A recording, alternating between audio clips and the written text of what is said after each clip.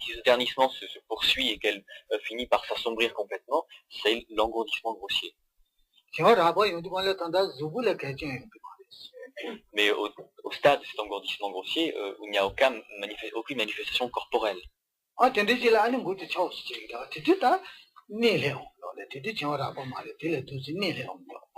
Et au bout d'un moment, le nez commence à piquer de l'avant. Là, ce n'est plus l'engourdissement grossier, c'est l'assoupissement.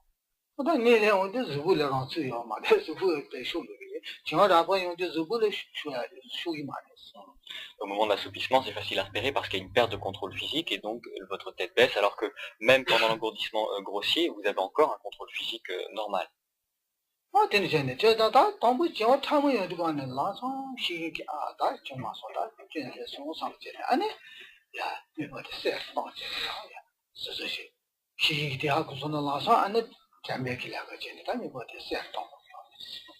Alors l'idéal, c'est que lorsque votre esprit commence à être sous l'emprise d'un engourdissement subtil, qu'immédiatement la vigilance repère un caractère anormal dans votre méditation et qu'immédiatement donc elle transmette à votre fonction mémoire l'ordre de rétablir la situation normale, donc de revivifier un petit peu votre image mentale et de repartir dans le bon chemin. Si je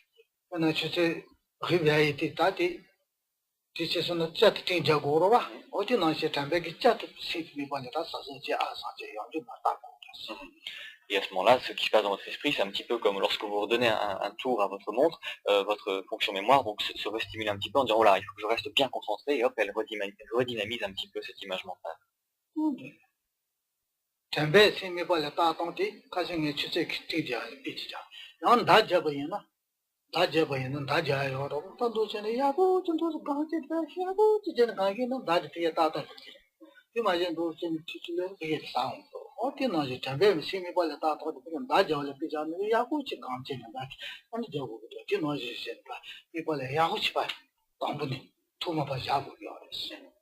Pour ce qui est de la fonction mémoire, on avait donné la dernière fois l'image de la montre qu'on montait bien à bloc. On peut aussi donner l'image d'un archer qui tire des flèches. Si vous tendez bien la corde de votre arc, vous irez bien droit au milieu de la cible, mais si à force de tirer flèche après flèche, vous commencez par relâcher votre tension sur la corde, les flèches vont finir par ne plus atteindre la cible, et c'est à ce moment-là que la vigilance doit se rétablir pour que vous retendiez bien votre arc à la flèche suivante et qu'elle aille bien se ficher au milieu de la cible. C'est donc quelque chose qui peut vous donner une idée qui ressemble un petit peu à la façon dont la mémoire ça s'accroche à l'objet.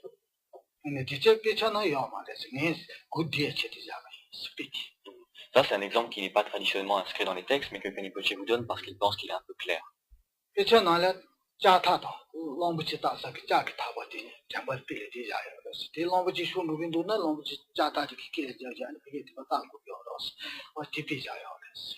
Dans les textes, l'exemple qui est donné, c'est celui de la corde qu'on passe autour du cou d'un éléphant qui a envie de s'en aller. On dit lorsque l'éléphant a envie de tirer, il faut l'attacher à un arbre, de façon à ce que la corde reste tendue et elle bloque l'éléphant. C'est l'exemple qui est donné.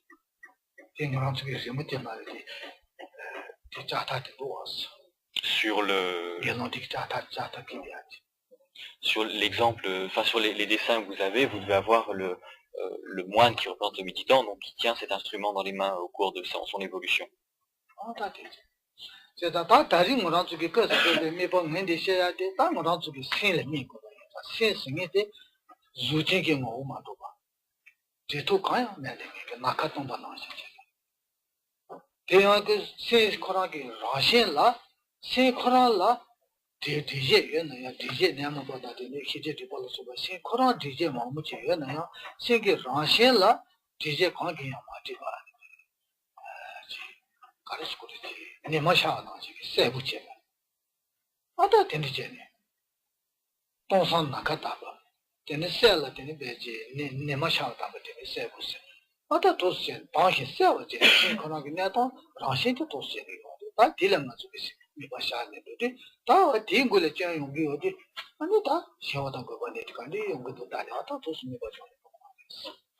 L'exemple que nous avons choisi comme objet de méditation cette année, c'est donc l'esprit lui-même, Et on avait dit qu'il s'agissait de méditer sur l'esprit dans sa nature absolue, dans sa nature existentielle. Et sa nature existentielle, c'est d'être vide, vide comme un ciel par exemple, et clair, clair comme l'aube qui se lève, mais sans avoir de couleur particulière, donc à la fois vide et à la fois clair. Et on avait dit qu'autour de cet esprit vide et clair, qui est la nature ultime de l'esprit, il y avait tout un tas de facteurs qui affectaient notre perception de cet esprit-là, qui sont toutes les émotions perturbatrices, tous les facteurs perturbateurs divers de l'esprit que nous avons. Et le but était donc d'écarter ces émotions perturbatrices pour arriver à percevoir cet esprit dans sa nature existentielle, donc clair et limpide, et de maintenir notre concentration, notre esprit, notre concentration focalisée le plus longtemps possible sur cet esprit-là, dans sa nature ultime, et travailler à partir de cette sensation, cette image que l'on avait à l'esprit, donc de vide clair, et le maintenir le plus longtemps possible en combattant l'engourdissement et la distraction qui allait advenir fatalement à un moment ou à un autre.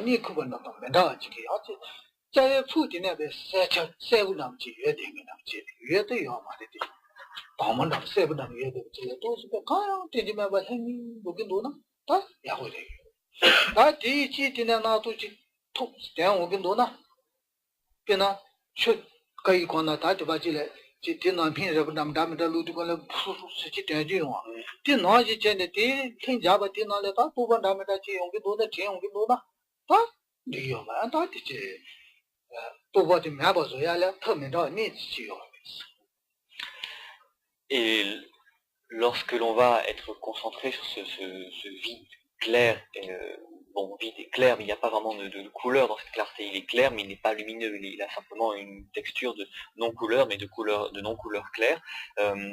Lorsque l'on n'a aucune pensée, qu'il n'y a plus aucune pensée dans notre esprit, donc on n'est pas en train de rêvasser ou de penser à quoi que ce soit, mais que l'on ne soit ni en train de s'endormir, ni en train de s'évanouir, c'est-à-dire qu'il n'y a plus aucune pensée, mais qu'on a encore une conscience présente, à ce moment-là, on atteint donc cet état dans lequel on perçoit directement l'esprit dans sa nature existentielle.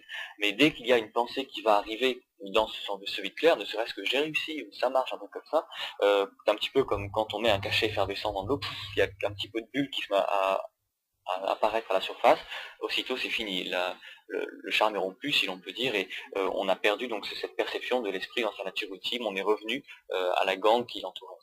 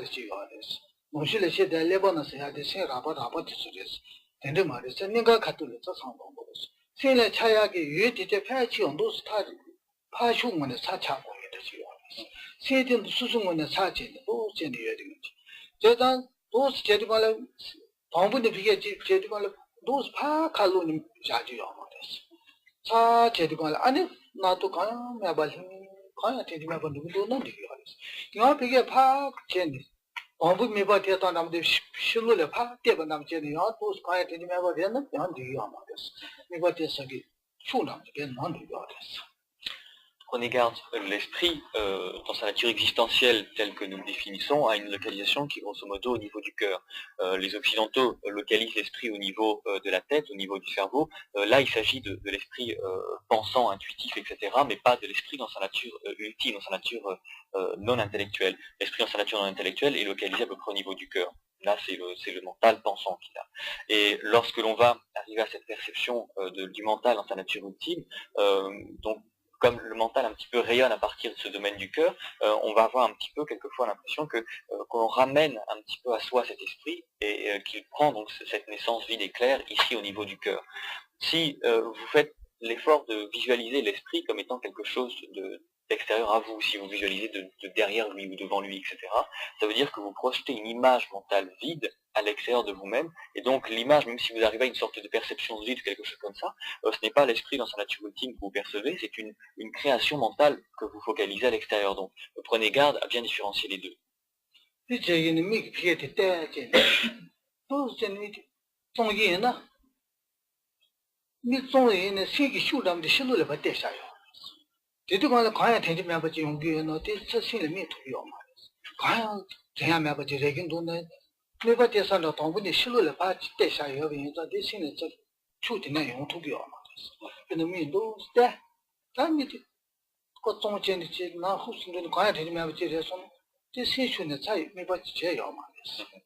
Par exemple, si vous regardez avec intensité quelque chose qui est autour de vous, et que tout à coup, soudainement, vous fermez les yeux, vous avez peut-être déjà fait l'expérience, vous avez l'impression comme s'il y avait rien à l'intérieur de vous, comme s'il y avait une sorte de vide. En fait, c'est pas que vous percevez l'esprit dans sa nature ultime, simplement que votre énergie mentale est projetée à l'extérieur, et qu'il y a une sorte de rémanence, un petit peu comme la permanence au niveau de la rétine, il y a une permanence de l'esprit à l'extérieur, et le temps que l'esprit revienne à l'intérieur de vous-même, vous avez une sensation de vide, mais qui ne correspond pas du tout à l'esprit dans sa nature ultime, qui est simplement une projection à l'extérieur.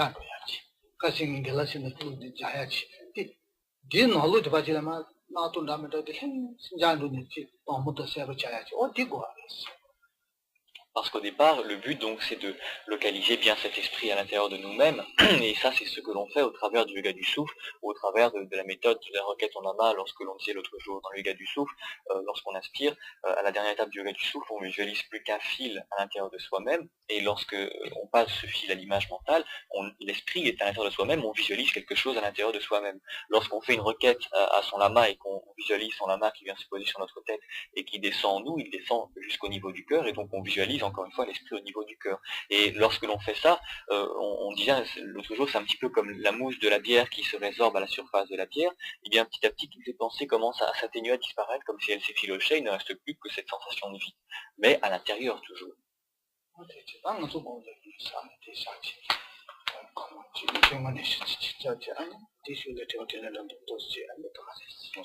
Application pratique, on va essayer de sentir ça pendant une quinzaine de minutes, on va méditer pendant une quinzaine de minutes, et ensuite on fera une session de questions-réponses pour que vous puissiez vous puissiez les dire. C'est en...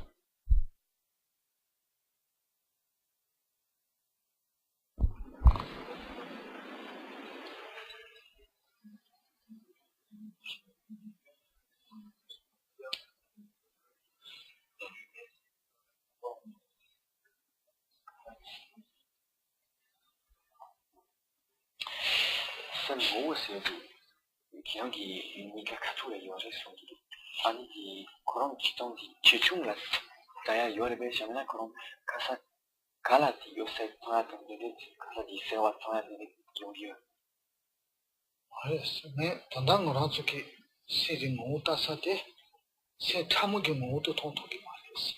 세 라버 못해대 세 라버 생에대 레버가 가서 갈려지고 알았어. 얘네 세 참으티 자에 세 참을라게 용서긴 좋고 세 참으티 내가 가도 여기 정말 좀 해봐야 돼. 내가 가도 자 해봐야 제가 그니까来要有的是都写了是啊都我这个单单拉上些他们这个我都头嘛是现在不给我是因为现在不应该看的有的可是干了有的是因为你把电视的可是干了嘛多些应该看的在这个呢在别的也说掉那么些他们也说的应该也在这样的有的是你生活是你的看法生活的开始没写的我那专业学的要嘛的是因为生活是的关了然后学那么的那过去要其中些要嘛的，入数都要嘛的，什么开始差不多某些啥的事。Précisons les choses, c'est l'occasion de le faire. Lorsque l'on parle de l'esprit dans sa nature existentielle, il y a l'esprit dans sa nature existentielle grossier et subtil. Le subtil est au niveau du cœur. Nous n'avons pas la capacité à l'heure actuelle de percevoir ce niveau subtil, on perçoit que le niveau grossier, que l'on peut localiser dans la tête ou dans les bras, etc., n'importe où à l'intérieur du corps. Mais comme la provenance, l'origine de ce cerveau, cet esprit grossier, même si c'est un esprit ultime et grossier, comme ça vient du niveau du cœur, Rinpoche, donc c'est plus dit que c'est plus pratique de visualiser au niveau du cœur. Mais lorsque l'on arrive à cette perception-là, il n'a pas de forme particulière, c'est simplement une sensation de vide clair que l'on perçoit en provenance du niveau du cœur.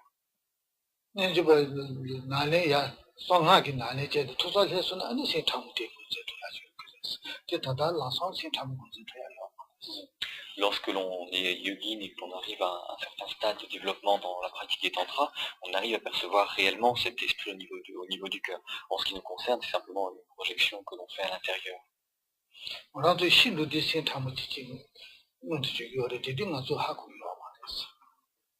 Lorsque on meurt, cet esprit apparaît de façon claire, mais on n'a plus la conscience suffisante pour le percevoir à ce moment-là.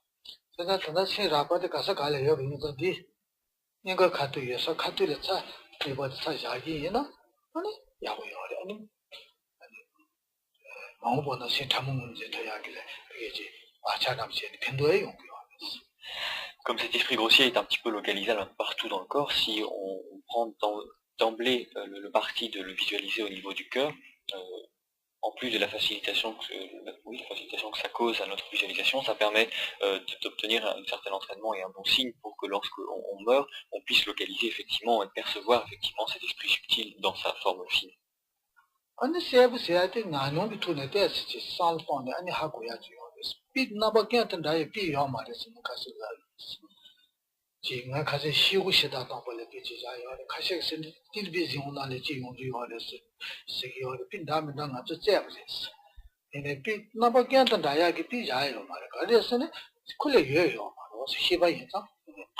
Mais il est vrai que comme c'est une fonction mentale, il n'a pas de forme, il n'a même pas de couleur, il n'y a même pas de lumière, c'est juste une sorte d'impression au niveau du cœur qu'on n'arrive pas vraiment à définir quant à sa forme, à le localiser. Et on avait donné pas mal d'exemples les dernières fois en essayant un petit peu de donner un semblant de palpable à cette sensation. On avait dit un petit peu comme une vitre parfaitement transparente qui n'existe pas par elle-même mais qui est là quand même. D'autres avaient dit un petit peu comme le brouillard sur une télévision. Enfin, un petit peu des exemples qui ne collent pas vraiment mais qui donnent un petit peu une idée de cette sensation qu'on ressent grosso modo au niveau du cœur sans pour autant qu'on puisse localiser soit une forme, soit pas de forme non plus, etc.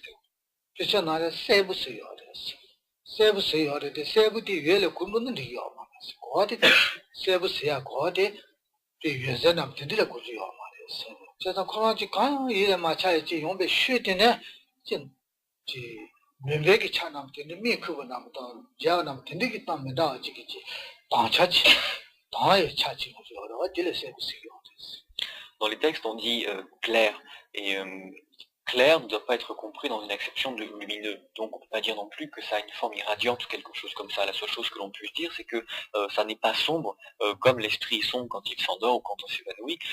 Il n'est pas ça, c'est quelque chose qui est le contraire de sombre sans pour autant être lumineux. Donc c'est pour ça qu'on prend le qualificatif de clair, mais clair sans couleur.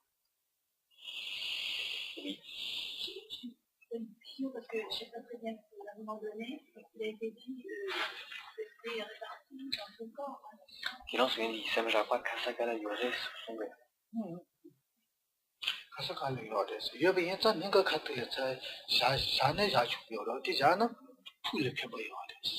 L'esprit grossier se répartit uniformément dans le corps partout. Donc si on se concentre au niveau du cœur, c'est plus pratique parce que c'est là qu'est l'esprit subtil.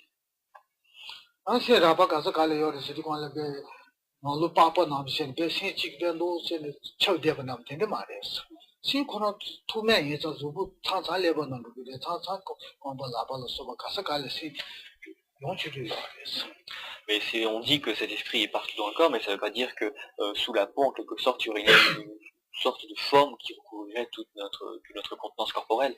Ce que ça veut dire, c'est que l'esprit n'a pas de localisation particulière et il peut se trouver aussi bien au niveau d'une main qu'au niveau du pied. C'est quelque chose de mobile parce que ça n'a pas de substance en fait. Oui.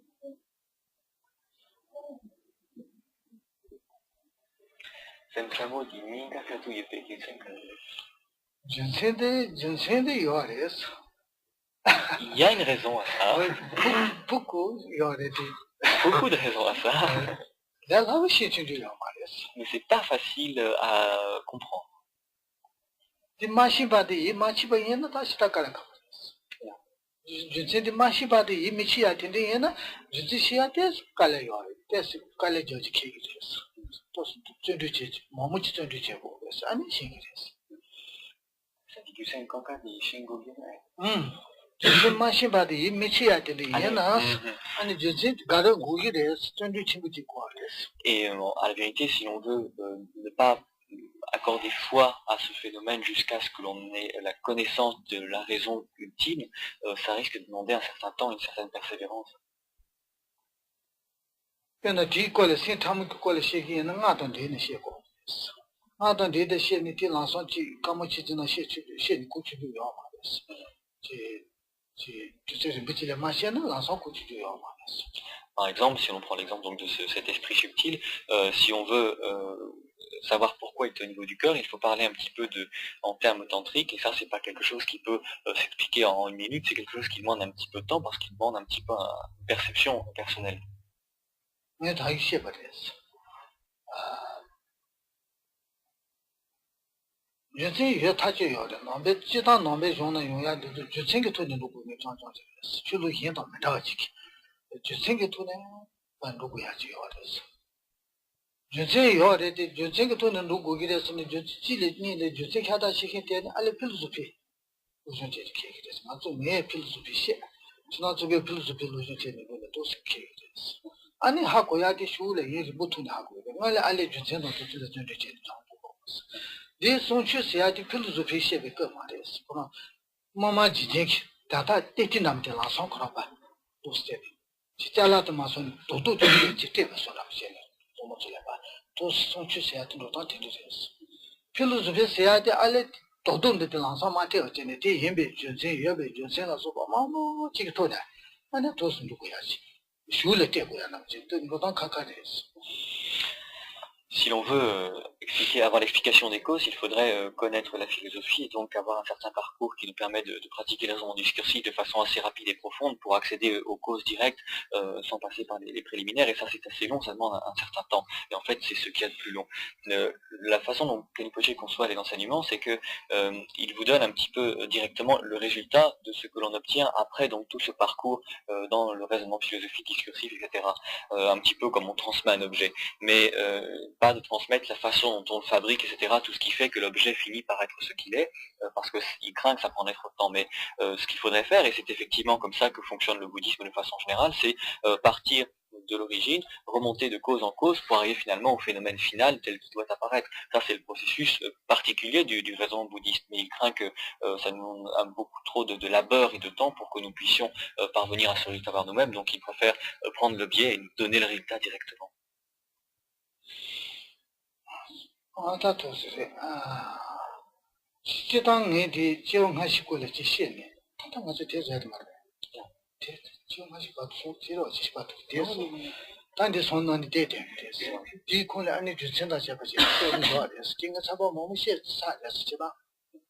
qu'il en soit, nous avons un livre en impression à l'heure actuelle qui s'appelle À travers le cycle des existences, qui devrait arriver d'ici quelques semaines. Là-dedans, il y a des explications assez claires quant aux causes de la localisation de l'esprit au niveau du cœur. Pour ce point-là, tu pourras te renseigner.